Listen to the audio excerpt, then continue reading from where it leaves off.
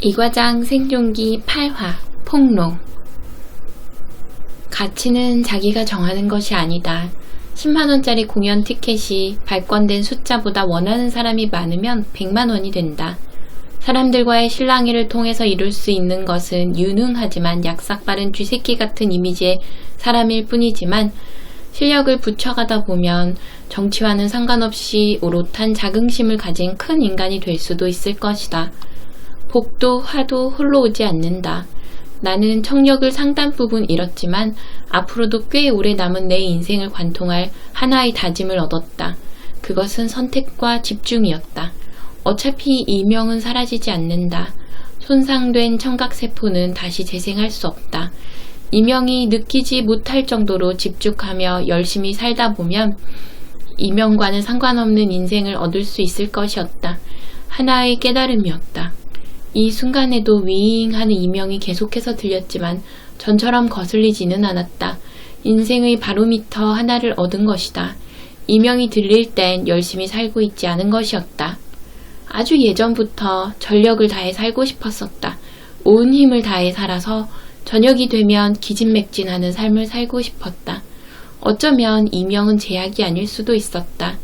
생각이 정해지면 결심에 의심을 해선 안 된다. 뜻을 세우고 나면 실행은 빨라야 한다. 나는 병실로 돌아와서 노트에 정리했던 카페를 만들기 시작했다. 포토샵으로 하나하나 배너를 새로 만들었다. 그저 디자인 회사에서 만든 로고를 스캔해서 올려둔 회사의 로고를 포토샵으로 새로 만들었다. 신기했던 것이 정말로 집중하자 이명이 줄어드는 것이 느껴졌다. 9시가 넘어서 시작된 카페 작업은 새벽 다 될 때까지 계속되었고 눈이 뻑뻑한 생각이 들어서 그만해야겠다 생각하면서 난 병실에서 1일 업무 보고를 만들어서 실장의 이메일로 보낸 후 공용 카톡방에 오늘 내가 처리한 업무를 대강 정리해서 올려뒀다. 새벽에 잠들었고 전화 진동음에 깼더니 7시였다. 실장의 전화였다. 이 과장은 뭐 병원에 가서도 일이야? 어차피 무급 처리하기로 했으니까 그냥 쉬어. 몸이 낫고 봐야지. 그리고 어제 들었지. 반품건 말이야. 횡성 담당자는 뭐래? 좋지 않던데요. 이런 식으로 계속되면 저희 제품 쓰기가 어렵다고요. 빌어먹을 새끼. 지 동생 생일에 내가 얼마를 냈는데. 알았어. 대책서는 보냈지? 네, 납기도 늦췄습니다. 알았다 쉬어. 아, 폐품 처리는 절대 안 돼. 그거 140만원어치야. 알고 있지? 말이 전혀 맞지 않았다.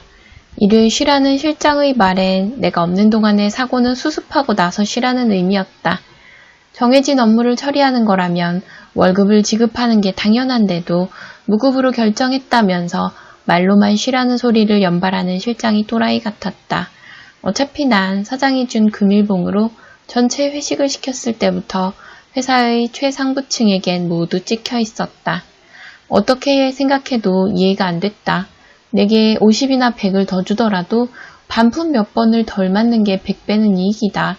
ASF는 30박스지만 분유 뚜껑 같은 걸 600박스 정도 빠꾸 맞으면 그 손해는 한 방에 내 연봉과 비슷해질 수도 있다. 기분 나쁜 통화에 잠이 완전히 깨버렸다. 더는 잠이 올 것 같지 않아서 노트북을 챙기고 파카를 입고 병동 휴게실에서 자기 전에 하던 카페 작업을 진행했다. 역시 일은 몰아서 해야 한다. 집중해서 작업을 진행하다 보니 아침 식사가 나올 시간이었다. 밥을 먹고 났더니 커피가 미친 듯이 마시고 싶었다. 마시지는 않았다. 그냥 많이 마시고 싶긴 했다. 이경민 환자분, 어제부터 무슨 작업을 그렇게 하세요? 아니요, 이제 좀 쉬려고요. 현타가 왔다. 자기 만족을 위한 일은 일이 아니다. 그건 취미다. 재미가 있었지만 회사원은 받은 돈만큼 일해야 한다. 받은 돈 이상의 일을 너무 잘해낸 것은 어떻게 생각하면 보통의 사원에겐 민폐다. 그것도 내 가치를 인정하지도 않는 회사를 위해서 그렇게 할 이유는 전혀 없다. 설풋 잠이 들었다. 간호사가 흔들어 깨워서 꽤 여러 가지 검사를 했는데 단국대 병원에서도 거의 똑같이 실시했던 검사들이어서 약간 돈이 아깝다는 생각은 들었다. 검사를 마친 후 어제 했던 뜸을 받고 침도 맞았는데 잠을 거의 자지 못한 데다 밥도 먹지 못한 채로 15시간 이상을 지냈더니 힘이 빠졌다. 이제 먹어도 된다는 말에 병원 매점에 가서 소금간이 약간 되어있는 백설기 하나와 보리음료 하나를 사 먹었는데 백설기를 반도 먹기 전에 속이 차서 더는 먹지 않았다. 뭐랄까 약간 배가 고픈 상태가 움직이기에 더 좋았다.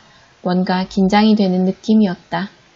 과장님, 오늘 주문할 재료들 카톡으로 보냈거든요. 확인 좀 부탁드릴게요. 이 과장, 우리 변압기 열쇠가 어딨지? 과장님, 기숙사로 쓰는 컨테이너 전기가 나갔거든요. 어디를 봐야 해요? 전화가 끊임없이 이어졌다. 짜증을 내지 않고 그냥 어디에 가면 뭐가 있다, 어떻게 해야 한다를 모두 가르쳐줬는데 딱히 고마워하는 기색은 없었다.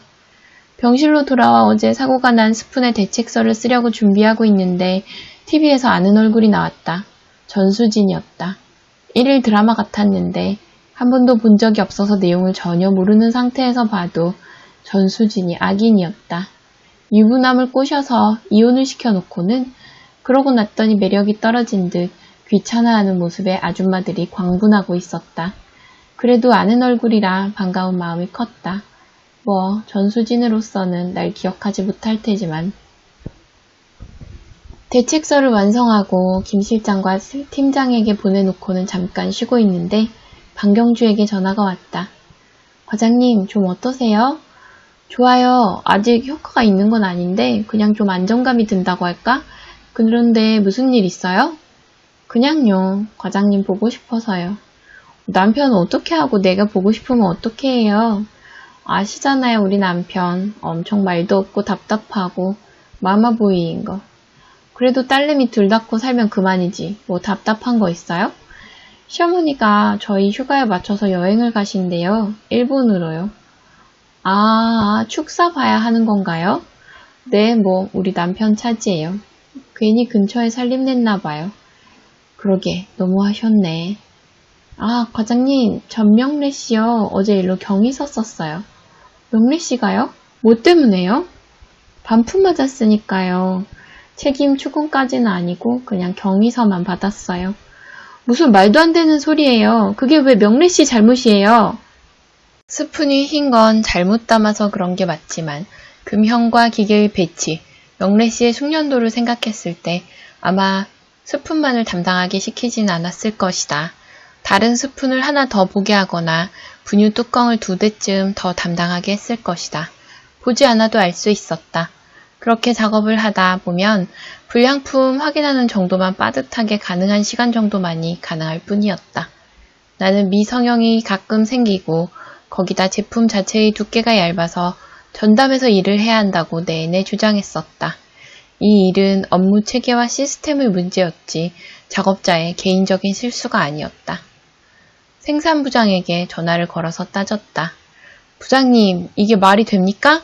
왜 전명래 씨가 경위서를 써요?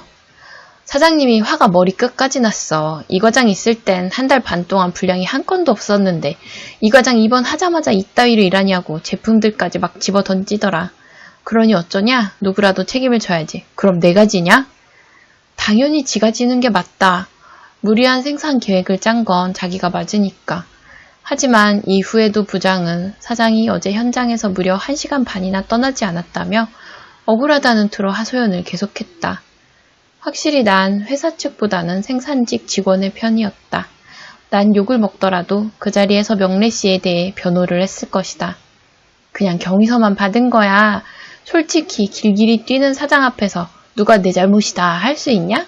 김 실장이? 아니면 명철이가? 그건 아무도 안 되잖아. 이 과장이 있었어도 마찬가지였을 거야.